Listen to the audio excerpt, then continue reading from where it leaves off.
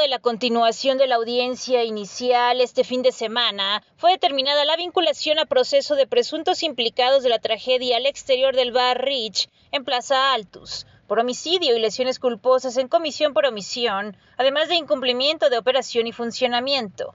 Se decidió la no vinculación de los supuestos por corrupción de menores. No obstante, se definió que permanezcan en prisión preventiva debido al riesgo de fuga. La cita a la audiencia fue a las 9 de la mañana y concluyó a las 5 de la tarde, aunque integrantes de la Fiscalía General del Estado hicieron énfasis en que las penas máximas para Francisco y Ulises serían 30 años y 40 para Nancy, dado que en el caso de ellos se les percibió como coautores, mientras en la parte de incumplimiento de operación y funcionamiento a ella se le definió como autora total.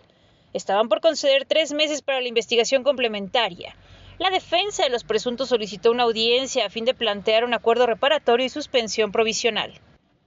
De tal forma se citó a las partes el 6 de agosto, y así se dieron los hechos. Inicialmente la defensa señaló que la autoridad competente para la emisión de la licencia de venta de alcohol es la Secretaría de Gobernación y debe encargarse de que los requisitos se satisfagan. Dijo que la Fiscalía no había dado cuenta de documentación de febrero del presente, signada por José Concepción Gallardo, quien ocupa la Dirección General de Gobernación, dirigido a la Dirección General de Ingresos. Fue explicado que se hizo de conocimiento a Arely Rodríguez Pérez con relación al pago de Nancy de un permiso inicial relativo a la licencia para la venta de bebidas alcohólicas en la modalidad de consumo inmediato. Enseguida, refirió la expedición de un documento el primer día de abril del año en curso y se hizo hincapié en que los establecimientos podían operar en tanto se resuelve una autorización de refrendo.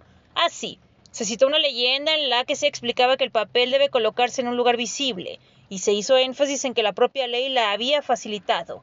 Después, fue indicado que hay un oficio del 8 de marzo de 2023 signado por Maximino Jasso Padrón en su papel de director de gestión ecológica y manejo de residuos del Ayuntamiento capitalino, en el que se expresa viabilidad de la actividad comercial y que se cuenta con licencia de uso de suelo para funcionamiento del 2 de mayo de 2023.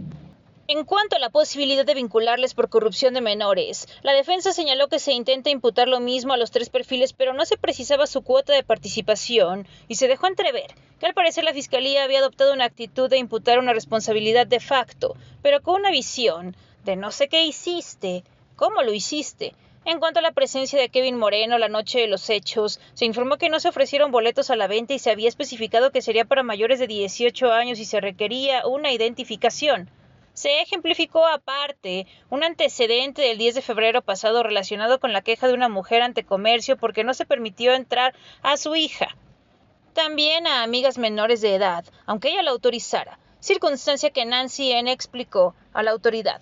Luego presentaron testimonios de víctimas y testigos en los que la defensa expuso cómo relataban que personal de seguridad a la entrada del negocio habían separado a hombres y mujeres la noche de los hechos. Del lado de los locales acomodaban a mujeres y hombres en la parte del barandal.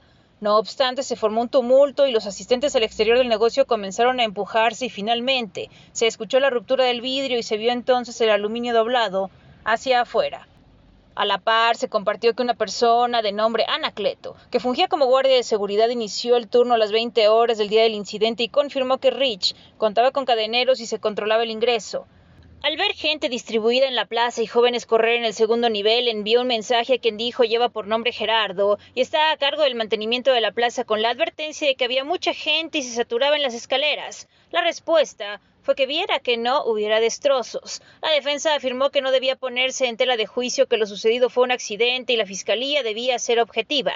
Enseguida, fue presentado un dictamen de arquitectura forense del 9 de junio. Sostuvo que la causa fue un empuje lateral que sobrepasó los límites de flexión de los materiales de fijación, sentido en el que dijo la unión de los elementos metálicos se encuentran en deficiencia en el proceso de termofusión para dar continuidad estructural y en el encastre, la parte de las secciones. De hecho, en este último se dijo que la unión se dio por punto y no en cordón de hilo, además de emplearse elementos plásticos tubulares cuando lo correcto es emplear metálicos para la integridad de la estructura. La defensa reiteró que lo sucedido fue multifactorial y que al darse el exterior no tendría que aplicar al negocio. Ejemplificó una venta nocturna a la que una cadena comercial convocó en una plaza y la gente que asistió estaba recargada en un barandal.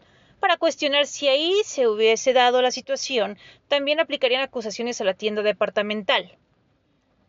En tanto, la Fiscalía señaló que independientemente de que la documentación fuese firmada desde Gobernación e incluyera la Dirección General de Ingresos, la validez pesaba en contar con la firma del secretario general de Gobierno, J. Guadalupe Torres Sánchez.